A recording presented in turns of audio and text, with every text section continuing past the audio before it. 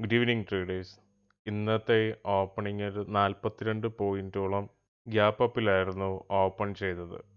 അതിനുശേഷം മാർക്കറ്റ് എൻ്റെ സപ്പോർട്ട് ലൈനിൽ വളരെ കൃത്യമായി ഇവിടുന്ന് റിജക്ഷൻ എടുത്തിട്ട് താഴേക്ക് വന്നു. പക്ഷേ അൺഫോർച്ചുനേറ്റ്ലി പ്രീമിയം മൂവ്മെൻ്റ് ഉണ്ടായില്ല. പക്ഷെ ഞാൻ 1 മിനിറ്റ് വെച്ചിട്ട് ഒരു ട്രേഡ് പ്ലാൻ ചെയ്തിരുന്നു.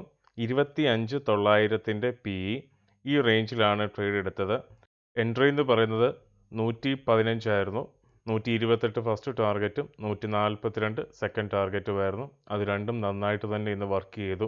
കഴിഞ്ഞ 2 ദിവസത്തെ ക്ഷീണത്തിൻ്റെ പാതി ഇന്ന് റിക്കവർ ചെയ്യാൻ സാധിച്ചു. ഇനി ചാർട്ടിലോട്ട് വന്നു കഴിഞ്ഞാൽ നിഫ്റ്റിയുടെ മെയിൻ ചാർട്ടിലോട്ട് വന്നു കഴിഞ്ഞാൽ 4 അവർ ടൈം ഫ്രെയിമാണ്. കഴിഞ്ഞ ദിവസങ്ങളിൽ നമ്മൾ പറഞ്ഞതുപോലെ പാരലൽ ചാനലിൽ ഇവിടെ ഒരു ഫേക്കായിട്ടുള്ളൊരു അപ് ട്രെൻഡ് ക്രിയേറ്റ് ചെയ്ത ശേഷം വീണ്ടും മാർക്കറ്റ് താഴേക്ക് വരികയാണ്. ഡിസംബർ 9 എൻ്റെ ഈ ഫസ്റ്റ് ടാർഗറ്റിൽ സപ്പോർട്ട് എടുത്തിട്ടാണ് മാർക്കറ്റ് മുകളിലോട്ട് പോയിരിക്കുന്നത്. അതിനുശേഷം വീണ്ടും പാരലൽ ചാനലിൽ റിജക്ഷൻ എടുത്തിട്ട് താഴേക്ക് വരുന്നുണ്ട്. ഇനി ഈ ഒരു ലൈൻ ബ്രേക്ക് ചെയ്താൽ, ഈ ഒരു ലെവൽ ബ്രേക്ക് ചെയ്താൽ 25,726 വന്നേ സാധ്യമാവുള്ളൂ.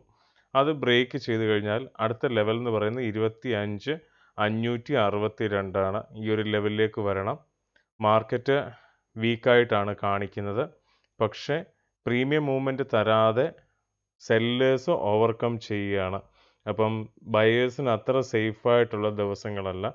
കാരണം പാനിക്കായിട്ടാണ് ഇവിടെ മാർക്കറ്റ് നിൽക്കുന്നത്. എൻ്റെ സ്ട്രാറ്റജി പ്രകാരമുള്ള നോൺ റിവേഴ്സൽ സോണാണ്. ഇവിടെ എൻ്റർ ചെയ്ത് കഴിഞ്ഞാൽ മാർക്കറ്റ് ഫസ്റ്റ് ടാർഗറ്റിലെങ്കിലും വീണ്ടും അത് ഹിറ്റ് ചെയ്യാതെ തിരിച്ച് കയറിപ്പോകാൻ സാധ്യതയില്ല.